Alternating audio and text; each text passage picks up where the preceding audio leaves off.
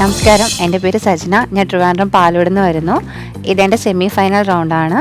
അപ്പോൾ ഈ റൗണ്ടിൽ സ്റ്റോറി ടെല്ലിംഗ് ആണ് ചെയ്യാൻ പറഞ്ഞിരിക്കുന്നത്. അപ്പോൾ അതിന് വേണ്ടിയിട്ട് തന്നെ ഞാൻ കഴിഞ്ഞ ദിവസങ്ങളിൽ ചെയ്തതുപോലെ ഒരുപാട് ഫില്ലിങ്സ് ഉള്ള കേക്കൊന്നും അല്ല, നോർമൽ കേക്കാണ്. റിച്ച് ഫാമിലിയാണ് ഞാൻ ചെയ്യാൻ പോകുന്നത്. അപ്പോൾ അതിന് വേണ്ടിയിട്ടുള്ള ഇൻഗ്രീഡിയൻസ് ഒക്കെ ഇവിടെ എടുത്ത് വെച്ചിട്ടുണ്ട്. ആദ്യം നമുക്ക് ഡ്രൈ ഇൻഗ്രീഡിയൻസ് എല്ലാം അരിച്ച് മാറ്റിയെടുക്കാം.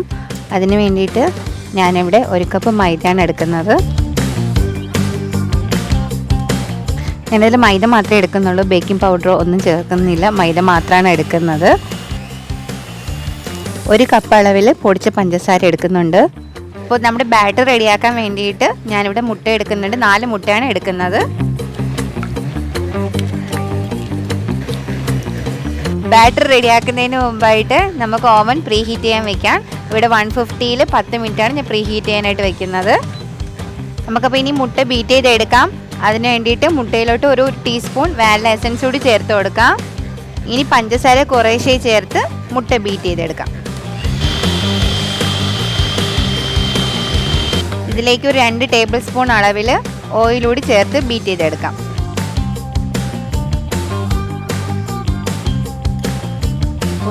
ഒരു മിനിറ്റ് കൂടി ബീറ്റ് ചെയ്ത് അവസാനിപ്പിക്കാം. ഇനി ഇതിലേക്ക് നമുക്ക് മൈദ കൂടി ചേർത്ത് ഫോൾഡ് ചെയ്തെടുക്കാം.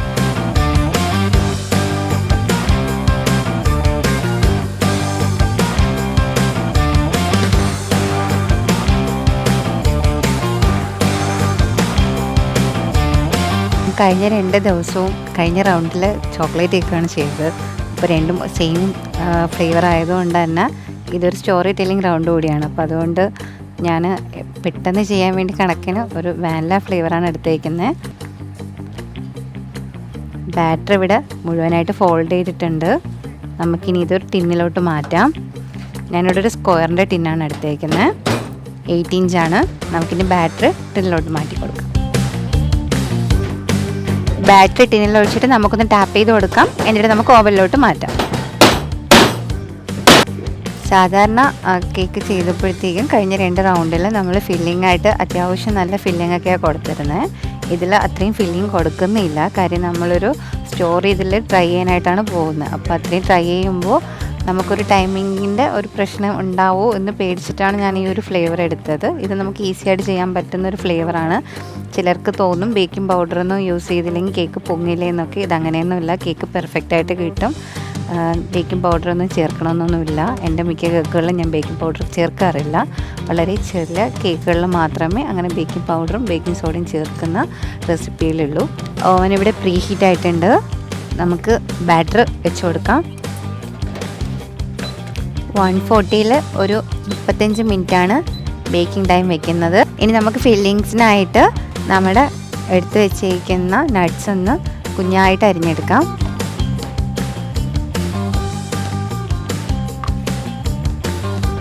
നമ്മുടെ കേക്ക് ബേക്കാവുന്നതിനിടയ്ക്ക് നമുക്ക് സ്റ്റോറിക്ക് വേണ്ടിയിട്ടുള്ള കുറച്ച് സാധനങ്ങൾ ഉണ്ടാക്കിയെടുക്കാം. അപ്പോൾ ഞാൻ അതിന് വേണ്ടിയിട്ട് ഇവിടെ ഒരു വൈറ്റ് ഫോണ്ടൻ്റാണ് എടുക്കുന്നത്. അപ്പോൾ അതിൽ CMCയും കോൺഫ്ലോർ കൂടി ചേർത്തിട്ട് നമുക്ക് കളർ കൂടി ചേർത്തെടുത്ത് അതെന്താണെന്ന് വെച്ചാൽ ഉണ്ടാക്കിയെടുക്കാം. CMC ഒരുപാട് ചേർത്തെടുക്കണ്ട. അതായത് നമ്മളൊന്ന് ഫോണ്ടൻറ്റ് നമുക്കൊരു ഉദ്ദേശിക്കുന്ന ഫിഗറിലാക്കി എടുക്കാൻ വേണ്ടിയിട്ടാണ് നമ്മൾ CMC അല്ലെങ്കിൽ ടൈലേഴ്സ് യൂസ് ചെയ്യുന്നത്. അപ്പോൾ ഞാനിപ്പോൾ ഇവിടെ എടുക്കുന്നത് CMC ആണ്. വളരെ കുറച്ച് ചേർത്താൽ മതി ആ ഒട്ടലൊന്ന് മാറാനായിട്ട്. ഇതിലേക്ക് ബ്രൗൺ കളറാണ് ചേർത്ത് കൊടുക്കുന്നത്. ഒരു ലൈറ്റ് ബ്രൗൺ മതി. കളർ നന്നായിട്ട് ഫോണ്ടിൽ പിടിക്കാനായിട്ട് നമുക്കൊന്ന് വലിച്ച് വിട്ട് കൊടുക്കാം. ഞാനിവിടെ സ്റ്റോറിയിൽ ഉദ്ദേശിക്കുന്നത് ഒരു തീമെന്ന് പറഞ്ഞാൽ ഒരു കിച്ചൺ ബേസ്ഡാണ്. അപ്പോൾ അതിന് നമ്മൾ ഉപയോഗിക്കുന്ന കുറച്ച് സാധനങ്ങളാണ് ഇതിലുണ്ടാക്കിയെടുക്കുന്നത്. ഇന്നിപ്പോൾ ഒരു ചെറിയൊരു പോർഷൻ എടുത്തിട്ട് നമ്മളിവിടെ ഒരു കട്ടിംഗ് ബോർഡാണ് ഉണ്ടാക്കുന്നത്. ഞാനൊരു വുഡിൻ്റെ ബോർഡാണ് ഉദ്ദേശിച്ചത്, അതുകൊണ്ടാണ് ഇതിനൊരു ബ്രൗൺ കളർ കൊടുത്തത്. നമ്മുടെ കേക്ക് ബേക്കായിട്ടുണ്ട്. കേക്ക് നന്നായിട്ട് പൊങ്ങി വന്നിട്ടുണ്ട് കേട്ടോ. ബേക്കിംഗ് പൗഡറൊന്നും ചേർക്കാതെ എടുത്ത കേക്കാണ്. നമുക്ക് തണുത്തിട്ട് ഡീമോൾഡ് ചെയ്യാം. സ്പഞ്ച് സോക്ക് ചെയ്യുന്നത് മിൽക്ക് വെച്ചിട്ടാണ്. അപ്പോൾ അതിലേക്ക് പാലിലോട്ട് കുറച്ച് കണ്ടൻസ്ഡ് മിൽക്ക് കൂടി ചേർത്ത് കൊടുക്കുന്നുണ്ട്.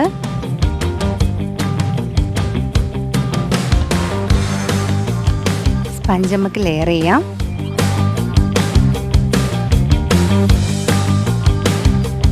കേക്ക് ഞാനിവിടെ 2 ലെയറായിട്ടാണ് എടുക്കുന്നത്. കേക്കിൽ നമ്മൾ നേരത്തെ മിൽക്ക് മെയ്ഡ് ചേർത്ത് വെച്ചിരുന്ന പാല് കുറച്ച് മാത്രം വെറ്റ് ചെയ്യാം. ഒരുപാട് ജ്യൂസി ആയിട്ട് വേണ്ട, ഒരിത്തിരി, വളരെ കുറച്ച്.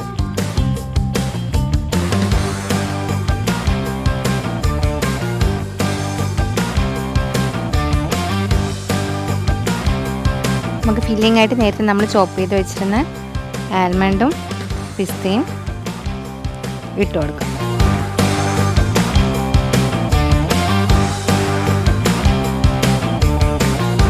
ഇനി നമുക്ക് സെക്കൻഡ് ലെയർ വെച്ച് കൊടുക്കാം. വെറ്റ് ചെയ്ത് കൊടുക്കാം. ക്രീം കൊണ്ട് നമുക്ക് കേക്ക് മുഴുവനായിട്ട് കവർ ചെയ്തെടുക്കാം.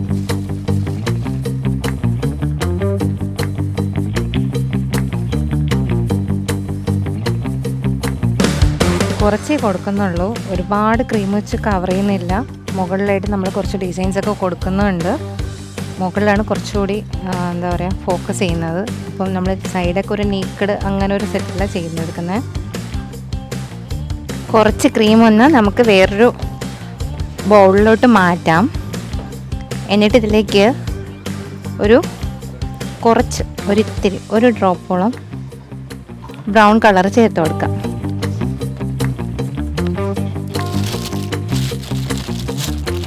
ഞാനിതിന് മുകളിലായിട്ട് ഒരു കിച്ചണിൻ്റെ ഒരു തീമാണ് കൊടുക്കുന്നത്.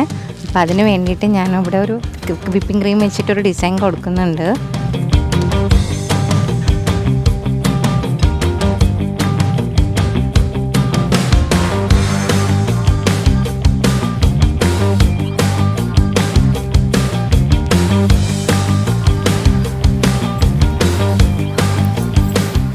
എങ്ങനെ പോകുന്നു പ്രോഗ്രസ്?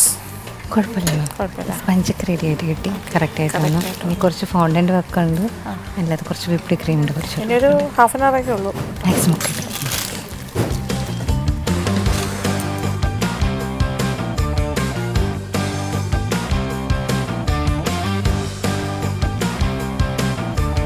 നമ്മളെ സ്റ്റോറി ടെല്ലിംഗ് ടീമിന് വേണ്ടിയിട്ടാണ്.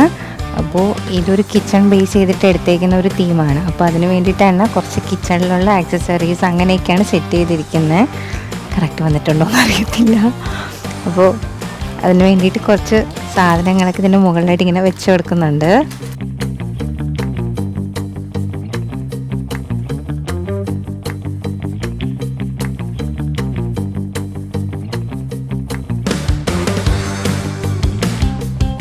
നമ്മുടെ കേക്ക് ഇവിടെ റെഡി ആയിട്ടുണ്ട്. അപ്പോൾ സ്റ്റോറി എന്താണെന്നുള്ളത് നമ്മൾ ജഡ്ജ് വരുമ്പോഴത്തേക്കും നമുക്ക് പറയാം. അപ്പോൾ ഇത്രയാണ് എൻ്റെ cake, story theme cake. Hi, hello. Yes, final stage ആയി കേട്ടോ.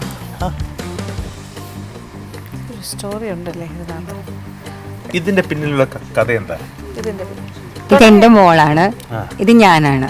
അപ്പോൾ എൻ്റെ മോൾക്ക് ഈ ബേക്കിംഗ് ഒക്കെ ഭയങ്കര ഇഷ്ടമാണ്. അപ്പോൾ അവളുടെ ആഗ്രഹം എന്ന് പറഞ്ഞാൽ ഒരു വലിയ കഫയൊക്കെ ഇട്ട് അങ്ങനെയൊക്കെ ആവണമെന്നാണ് ആഗ്രഹം. അവൾക്ക് 7 വയസ്സായതേ ഉള്ളൂ, 2nd ക്ലാസ്സിൽ പഠിക്കുന്നേ ഉള്ളൂ. പക്ഷേ പുതിയ എന്തെങ്കിലുമൊക്കെ റെസിപ്പി കാണുമ്പോൾ അല്ലെങ്കിൽ പുതിയ എന്തെങ്കിലും പുറത്തുള്ളത് കാണുമ്പോൾ ആളാണ് എനിക്ക് കൊണ്ടുവന്ന് കാണിച്ചു തരുന്നത്. അപ്പോൾ അവൾക്കൊരാഗ്രഹമുണ്ട് എപ്പോഴെങ്കിലും കേക്ക് ഒന്ന് തന്നെ ബേക്ക് ചെയ്യണമെന്ന്. അതുകൊണ്ട് തന്നെ ഞാൻ നിൽക്കുന്ന സമയത്ത്, കേക്ക് ഉണ്ടാക്കുന്ന സമയത്ത് ആള് കൂടെ എൻ്റെ കൂടെ വരും. അത് മാത്രമല്ല, അവൾ സ്കൂൾ വിട്ട് വന്ന് വരുമ്പോഴേക്കും അന്നത്തെ വിശേഷം മുഴുവൻ പറയുന്നത് ഞാൻ ഇതുപോലെ എന്തെങ്കിലും ചെയ്തുകൊണ്ടിരിക്കുമ്പോഴാവും. ആ കിച്ചണിൽ നിന്നാണ് ആളെ എല്ലാ കാര്യവും പറയുന്നത്. അതായത് അമ്മയുടെ ബേക്കിംഗ് ഒക്കെ കാണുന്നുണ്ട്. ആള് നന്നായിട്ട് വരയ്ക്കും. അതുപോലെ തന്നെ ഫോണ്ടന്റിലൊക്കെ ആള് ചെറിയ ഫിഗറിനൊക്കെ ഉണ്ടാക്കും. ഇത് കേക്ക് എന്തായിരുന്നു? റിച്ച് ഫാനിലായിട്ട് അയക്കുന്ന പിന്നെ വേറെ എന്തൊക്കെ? വാനില ഫ്ലേവർ ആണ്. ഉള്ളിൽ വന്നിട്ട് മിൽക്ക് മെയ്ഡ് പാലുകൊണ്ടാണ് സോക്ക് ചെയ്തേക്കുന്നത്. മിൽക്ക് മെയ്ഡ്, നട്ട്സ്, പിന്നെ choco chips, white choco chips, ഇത്രയാണ് കൊടുത്തേക്കുന്നത്. ക്രീം വെച്ചിട്ടാണ് ചെയ്തേക്കുന്നത്. ഇത് ഫോണ്ടന്റിൽ അത് മനസ്സിലായി. ക്രീം മീൻസ് നമ്മുടെ വിപ്പിംഗ് ക്രീം. അത് ഓക്കെ, തിന്നായിട്ടല്ലേ? ഓക്കെ.